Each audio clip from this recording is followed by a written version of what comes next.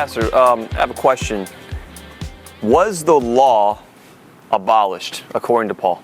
Well, I mean, it's very easy, Pastor Sean, to see why people believe that.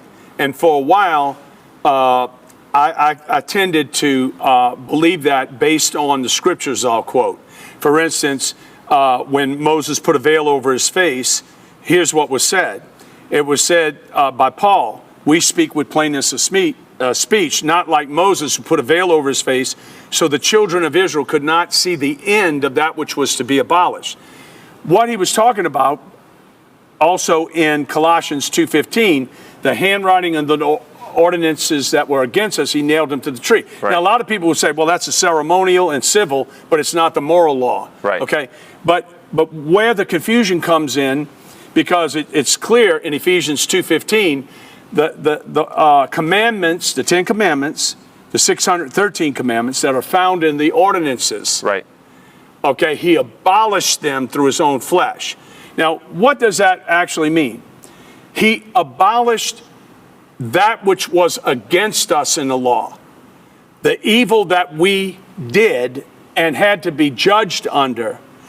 He nullified it by paying the penalty for every sin you would ever commit in your life, therefore reconciling us with the law. Romans 8, verse 4, if I can start a little bit earlier, it says that what the law could not do, in that it was weak in the human flesh of the unregenerated lost man, God sent his son in the likeness of that sinful flesh. For what reason? So he could condemn sin. What does that mean? He could take the sin and the violation of the law and pay the debt. Just like if somebody got 20 years in jail and they served 20 years, right. They're a free man and they paid their debt to society. Jesus paid our debt. So when you say, go to the next verse, in order that the righteousness of the law can be manifested in us. So the righteousness of the law, let me explain that. What makes a person unrighteous? Breaking the law. What makes a person unholy? Doing things that are in violation of the law. Right. Evil, right? Right. What makes a person not perfect? Same thing. The moment they break the law. Everything's the law. So what Jesus did was reconciled us to the law by paying all of our penalty, where now the law, which is eternal and still is a guideline for how we should live our life in this life, but never for the purpose of being accepted by God. You know, people think, well, man, if I don't commit adultery, God will love me. No, he loves you as a rank sinner, okay? Yeah. And he loves you. He just wants you to believe and not believe it's something you doing in order to earn it. Romans 4 is clear.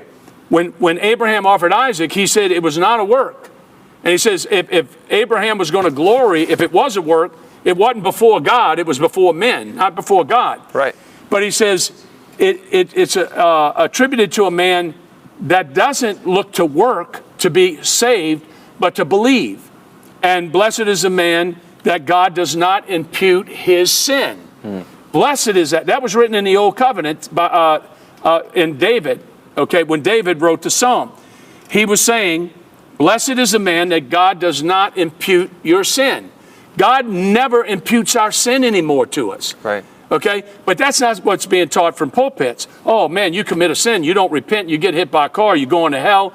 People are going, oh, man, I did this wrong, and if I don't repent, I'm going. Now, where's the burden now?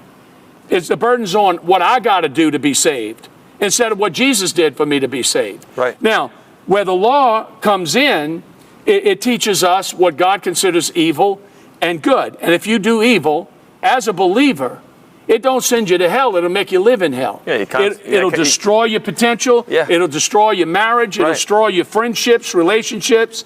I'm telling you, I've walked through some of that with some men that I've loved, and it was tragic, okay? One of them, took their own life, okay? And it really stumbled me early on. And I had to continue to look at 1 Corinthians chapter 2, verse 5. Let not your faith stand in the wisdom of a man, but in the power of God. You should never put your eyes on me, you, or anybody. You should put your eyes on Jesus. We're men, okay? And we're not perfect. Okay? He made us righteous. He made us holy, which is separate. He made us perfect by what he did. Now, we don't understand that because we see ourselves not righteous, not holy, and not perfect. Now, the reality is that people believe that if you preach grace, people will just go out and sin.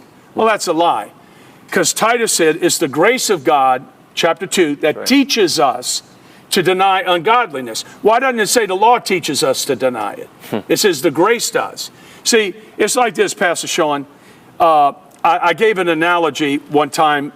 The old covenant, the conditions of keeping the law to be righteous and to be right standing, to receive the blessings, that's like a prenuptial, okay? I'll marry you if you do this, and this. But the new covenant is falling in love. And Jesus fell in love with us. And he is in love with us. And in fact, our love cannot emanate. People that go around saying, oh, I love God. Oh, how I love God so much. That's phony. The only way you can really, truly love God is what 1 John said, because he loved us first. Pastor Sean, when I got the revelation that Jesus died for me, this is going to sound foolish to some people. I was sitting in a church at 3 o'clock. They had a 3 o'clock service. I went to 5 services a day, okay? And it was during the offering. And it was one of the only visions that I saw in my life. And it was the cross that was on, it was in an Assembly of God church, and they had an empty cross. And I saw the vision, and I saw Jesus bloodied. And when I saw it, it was like he spoke to me. And I know this sounds like it's, people use it all the time, but this was real to me. Right. Nobody had ever told me this. I didn't know anything about it. He said, if you were the only one, he said, I would have died for you. And when he told me that and I saw him bloodied, it was over with. I fell in love with him because I saw the love he had for me. Right. And you can see that in John. John says, and I didn't understand it until I understood what I'm telling you now. John said, I'm the disciple the Lord loves. That almost sounds egotistical. Right. But he's right. Peter goes, I'll never deny you. I ain't going to rub your feet. What? You see? Right. When you boast of your love and don't have a revelation of his love, that's right, then you don't really understand that's right, who he is. That's right.